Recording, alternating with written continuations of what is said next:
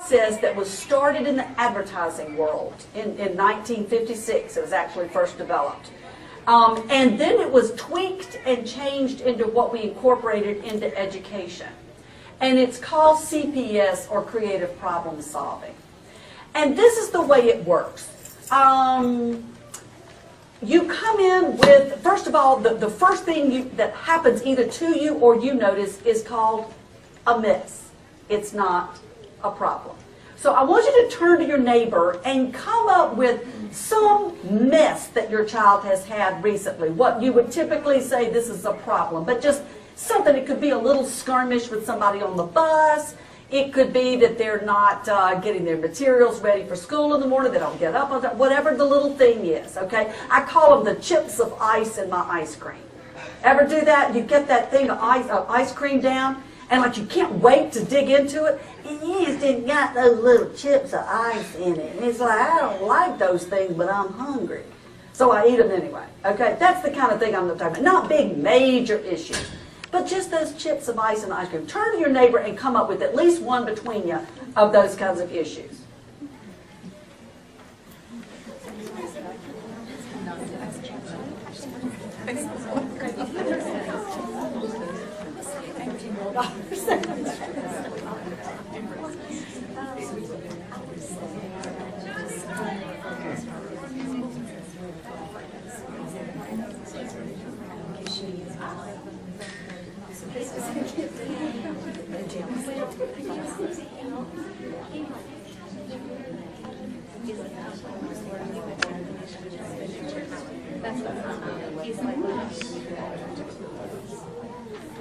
Okay, who's willing to give us one that's not too sensitive, that might be something multiple people have experienced?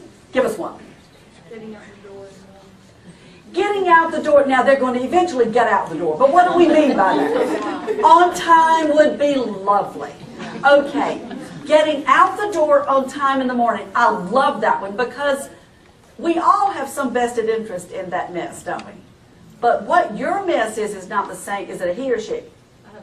A boy. Me too. Aren't they something?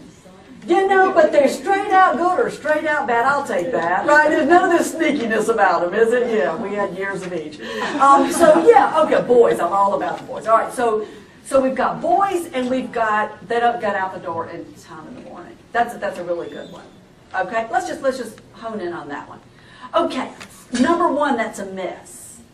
All right, so I'm going to sit down with my son. We'll say I'm with the youngest, Carter. So I'm going to sit down with Carter and say, you know, and by the way, I'm not doing this in the morning. Why am I not going to do it in the morning? First of all, we don't have time because you didn't get out in time, right?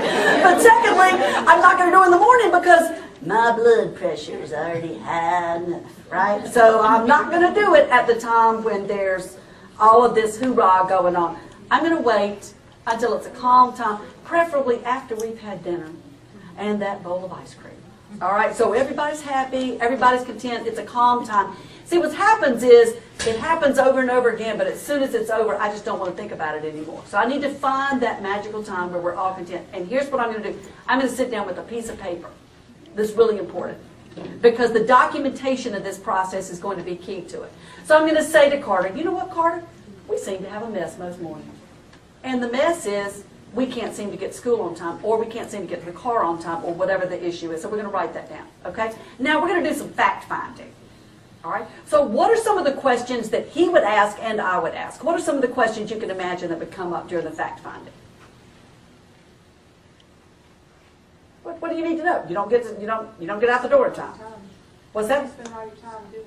Okay, what I might be a little more. Yeah. What are you spending all your time? Yeah, it might be something like. Okay. What are all the things that? What are all the things that seem to happen from the time you wake up until the time we get out that door? So let's write all those things down. Okay. Remember, we're going to stay very calm with this, right? We're just doing fact finding. We're just on the search for information. So we're going to write all of those things down. Okay. What else do we want to know? Are you aware of what y'all? I'm going to tell you, a lot of kids just, they don't wear watches. Really, honestly, and here's the thing. We won't get into this. But those of us that know brain research, we know if your child is kind of right hemispheric, they have a dominance on that side, they have no clue what time it is. You might feel time, but they don't feel time. They really don't know. They don't know if 20 minutes have passed versus 40 minutes. Okay? Just so you know, I have a watch over here. Don't get worried. I know you do. So we first need to figure out, do you know what time you're supposed to be at the door? All right? So we've got a list of all the things that happen from the time we wake up to the time. What else do we want to ask questions about? What other kind of questions, Ringo? Did you wake up on time? You need to get up earlier. Okay, what is wake up on time? What do we mean by that? So we've got an issue of, do we need more time or do we need to use that time more efficiently? I don't know which one of those is the primary question. I don't know. I'm not there. And the child needs to figure that out. Okay, so or do we need more time? If we need more time, do we need more sleeping time? I mean, maybe you really are exhausted when you wake up. Okay, so that's, maybe you need more sleep. We may need to talk about that. All those are going to be questions I ask, though. How much sleep are you getting? What time are you going to bed? And what time are you going to sleep? Okay? Now, this is the magical point. The problem finding. You don't even have a problem unless you can define it with these words. In what ways might I? In what ways might I? Think of every problem you can think of that goes away when you have to put them in those terms. It can't be, my mother yells at me in the morning. That's not a problem statement. You see what I'm saying? That's not a problem statement. It can't even be, my kid doesn't get out the door in time. That's not a problem statement. Okay? The magic in this means I have the power to solve every problem that I think I can solve. And if I get to this point and there is absolutely no element of this that I can respond to, then I need to let it go. Okay? My neighbors are noisy. There are times you let that go. There are times you say the problem is, in what ways might I be able to concentrate at night? You see what I'm saying? That's when I have to decide, am I going to take this as my problem or am I not? Kid picks on me on the bus. This kid always picks on me on the bus. We stop, we do fact finding, and then we phrase the problem in terms of what? In what ways might I? I'm telling you something. In my household, it's in what ways might I? IWWMI. We get down to that. IWWMI. It needs to be a constant part of the conversation. In what ways might I? In what ways might I? It's very important. Now, your problem statement is not going to be the same as his problem statement. Okay? Your problem statement might be, in what ways might I guarantee that my child gets to school on time? Okay? Because that's what you need to be able to do. His problem statement might be, in what ways might I get to the front door by this time in the morning? All right? He needs to own the problem, not you. So, stating the problem, then you do idea finding. Then you choose the criteria you're going to use to come up with which solution is going to be best. And then acceptance finding, that's when he may come back to you and say, you know what, I need your help. I need an alarm clock. I don't have an alarm clock. We went through this for a long time until we sat down with my youngest, and here was his solution. I still am baffled by this, but this is what worked for him. He is in college. It still works for him. He gets up 25 minutes before he has to get ready.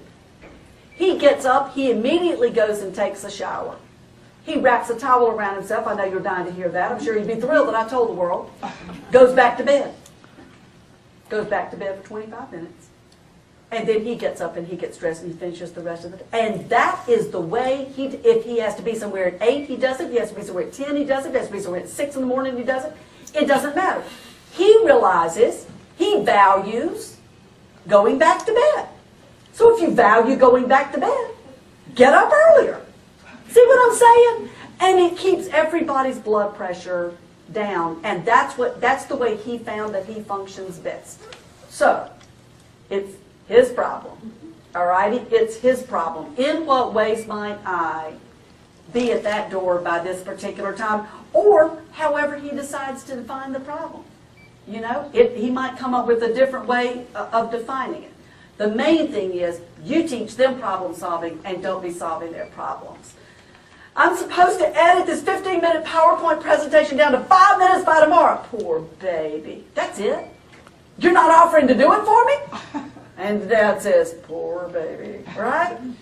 I had a friend who had a child and, went all the way through high school. She was really good about this. She was really good about this. His problems were his problem. His work was his work. And his senior year in high school, he had done this paper,